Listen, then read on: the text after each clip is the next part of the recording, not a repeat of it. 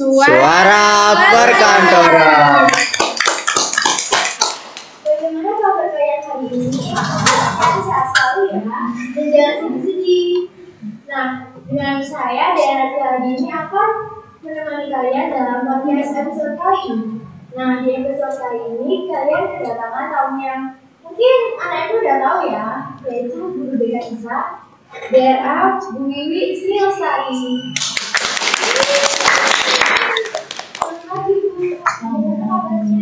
Alhamdulillah sampai hari ini sehat. Saya akan memberikan pertanyaan seputar pengalaman Ibu di BK sampai S1 ya. Apa alasan Ibu memilih menjadi guru BK dari SMK Gini ya, saya ceritakan sedikit. Awalnya setelah lulus SLTA waktu itu saya nggak kepikiran menjadi guru, saya kan nggak suka sama sekali itu. Terus saya disuruh sama ibu saya karena kakak saya dua-dua perempuan itu guru semua.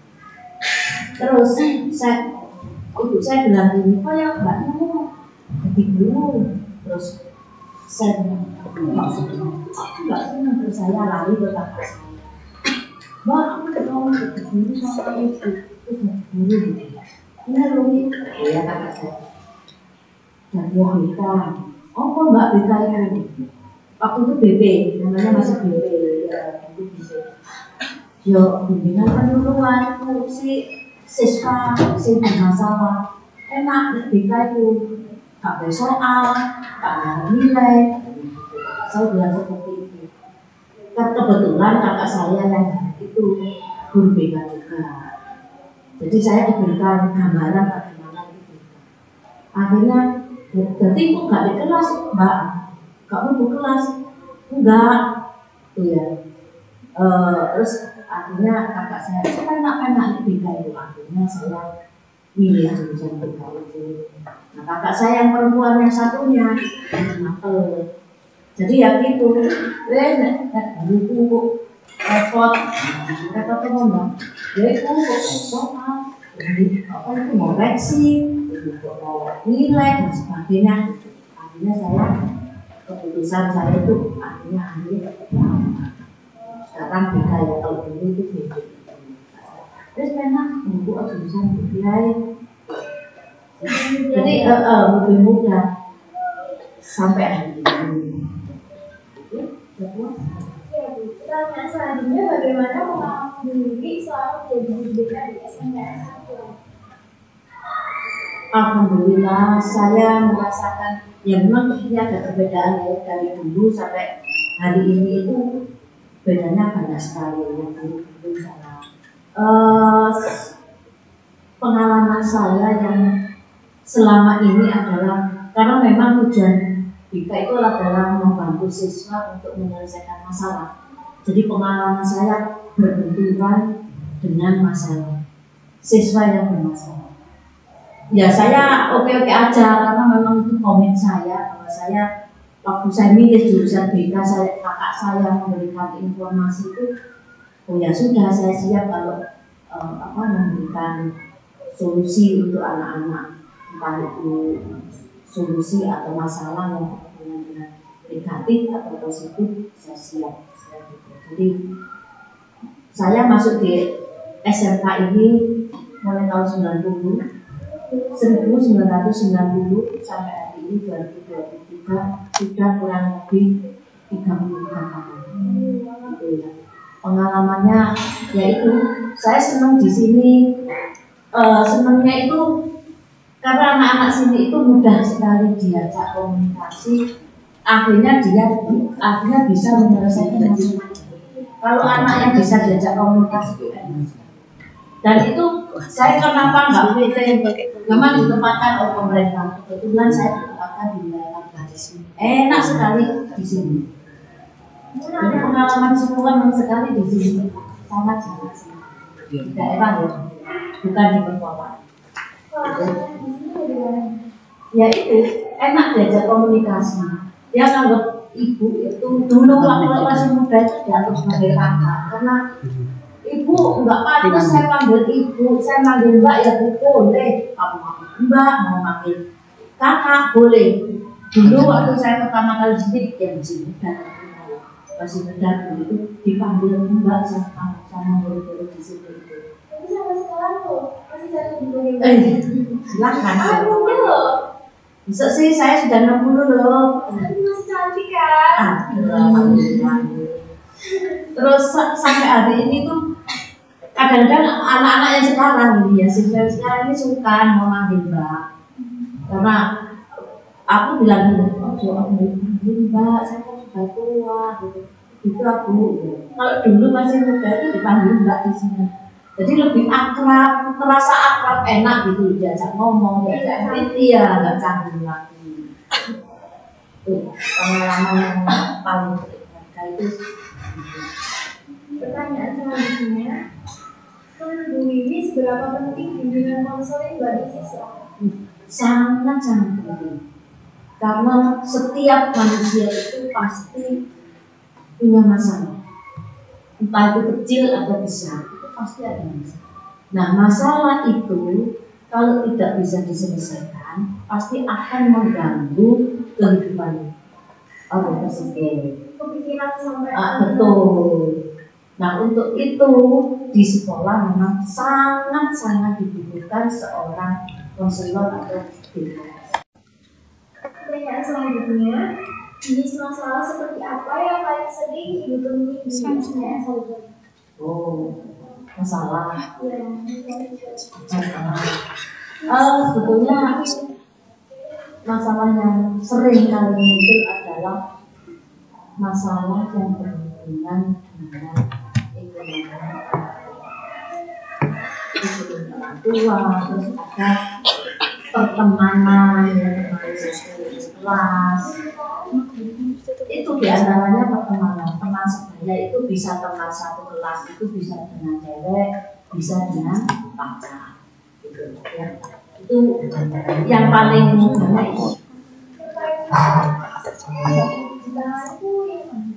Biasanya yang paling susah ditangani itu adalah masalah yang dengan satu bolos. Dua, masalah tidak mengerjakan tugas. Itu sulit sekali. Oh, itu tugasmu itu tugasnya pelajar itu ya itu. Lek gak belajar ya mengerjakan tugas. Itu lah, ya itu kamu susah itu. Saya sampai kadang-kadang saya tanya ke anak saya yang masih SMA itu, yuk, ini sering nggak mengerjakan tugas? Yo, sebenarnya kan murid itu ya, akhirnya sih nggak mengerjakan tugas itu. Sebenarnya yang berguru iya sampai guru ini boleh murid kelas saya gitu. Terus itu yang paling susah. Yang paling susah kedua adalah berpacaran. Anak-anak pacaran itu boleh ya, boleh pacaran, tapi harus tahu batas-batas pacaran. Nah, anak-anak sekarang enggak, lost doll sih. Yes, untuk tahu-tahu, itu yang kami sesalkan itu di situ. Susah kita dari. Ya alhamdulillah di jurusan manajemen pemasaran, manajemen perkantoran ini tidak ada yang seperti itu. Karena memang saya sering di kelas itu ya kan, di kelas itu bilang pacaran, boleh pacaran, tapi harus ada batasan. Artinya ya manut anak-anak MP itu jarang yang, bukan jarang, tidak ada yang sampai dia itu. Alhamdulillah banget. Manut sama guru-gurunya. Gitu. Iya. Anak baik-baik. Itu sudah. Pertanyaan selanjutnya, selama menjadi IPK ini pasti Bu Wiwi tidak sedikit yang mempunyai masalah. Gimana Bu Wiwi membantu siswa itu menyelesaikan masalah? Saya kalau mengatasi masalah itu anak tersebut saya anggap anak saya sendiri. Saya anggap anak. Jadi saya tidak ingin anak itu bermasalah. Saya upayakan seminimalisir supaya anak itu tidak lagi muncul masalah. Jadi saya anggap anak. Jadi kalau saya anggap anak berarti tidak sampai anak itu bermasalah. Prinsip saya seperti itu. Jadi saya nggak ingin sebetulnya anak-anak di siswa yang saya asuh ini tidak masalah. Tapi kembali lagi ke setiap manusia itu pasti ada.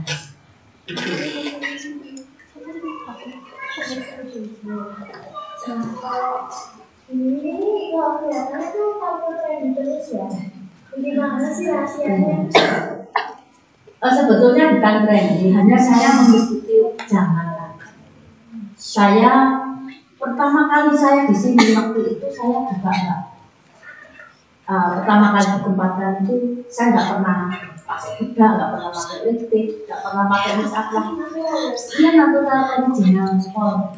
Terus kakak saya itu yang bilang itu ngomong harus begitu. Itu ya binatang apa namanya benar ya. Untuk urusan itu kok dari ini terus nggak berhenti dulu. Jadi saya kok ada orang mungkin kan itu kan apa gitu ya kakak saya. Maksudnya mbak iya makan itu. Akhirnya saya ya bedah, alis supaya apa kelihatan itu loh jadi sebisa mungkin supaya anak-anak itu melihat saya itu dulu perbedaan. Tapi dalam hal kita ini loh ya penampilan aja kalau manusianya sama. Dulu waktu itu saya ingat itu sampai alumni tahun 98 itu saya lupa. Itu bisa buat jadi orang pakai saya pernah dikritik sama siswa di sini. Pernah dikritik waktu itu. Saya susi atau siapa namanya ingat saya susi jurusan PTKP juga. Ini namanya PKT ya perkantoran. Saya dikritik karena saya tomboy ya. Keluarga itu paling tomboy. Perempuan 5 itu saya yang paling tomboy. Jadi nggak suka sebetulnya pakai make up. Seperti sekarang ini yang dulu kena untuk pakai. Tapi susah, ya. Tapi ya itu zaman jadi tidak bisa mengikuti zaman sekarang. Nggak bisa gitu. Kalau dulu saya itu karena ya jiwanya itu memang jiwa apa ya tomboy. Jadi mulai penampilan juga seperti itu. Jadi saya inginnya nggak kelihatan guru yang harus kelihatan tua, guru yang harus kelihatan apa ya. Tapi tetap saya ingin yang beda, ya. Terutama karena saya memang di SMK setingkat SMP. Jadi saya mengimbangi supaya anak-anak itu yang enggak gimana, dia nyaman lah, dia merasa nyaman. Oh guru itu pakaian pakai ya pantas. Ada yang bilang seperti itu. Dulu saya suka pakai baju ini, itu ya kelas. Sekarang sudah menjadi saya bersama. Oh ya, terus kenapa? Ya jadi kalau pakai itu pantas. Terus yang nggak pantas yang mana? Kalau pakai batik nggak suka. Kalau saya pakai batik itu katanya kelihatan apa? Ya itu tadi bisa dimengerti kan. Tapi kan wajib pakai batik. Meskipun batik ada yang batik apa namanya yang tidak terlalu feminin bisa ada kan. Kita mau gimana? Itu katanya anak-anak itu saya itu nggak ngerti apa itu ngerti barang pakai sampai saya itu nggak panas kalau pakai batik ya gitu kan sama anaknya itu. Iya bang, iya bu pernah. Ya.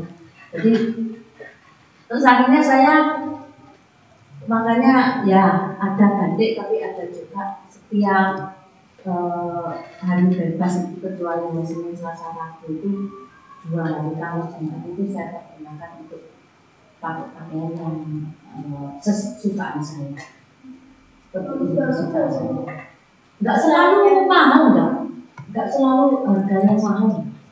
Saya juga beli di toko sekali toko itu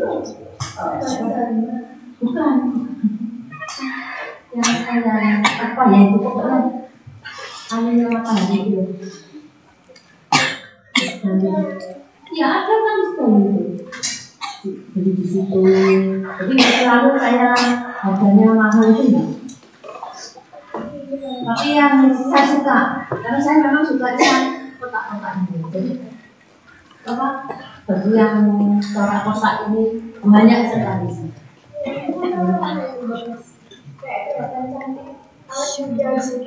Terima kasih.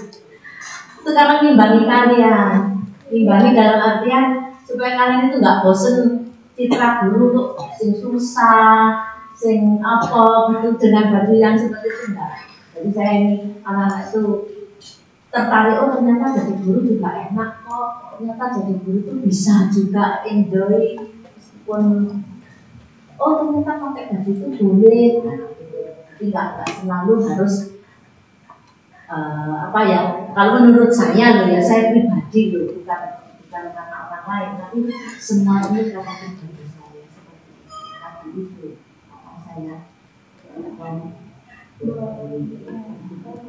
itu yang saya, tapi bukan saya terus terlalu vulgar apa dalam artian apa ya terlalu bebas, itu kan juga enggak. Oke, terima kasih kepada Bu Wisnu sekali telah memperkenalkannya dalam podcast kali ini. Nah, jangan lupa like, comment, dan subscribe, dan tunggu episode podcast selanjutnya. Dadah, selamat siang. Kau yang selalu mengajarkanku tentang baik dan buruknya dunia. Kau selalu nasihatiku di saat ku salah arah dalam melangkah. Ibu, ku butuh dirimu saat ini. Hendaklah tempat ternyaman untukku bersama.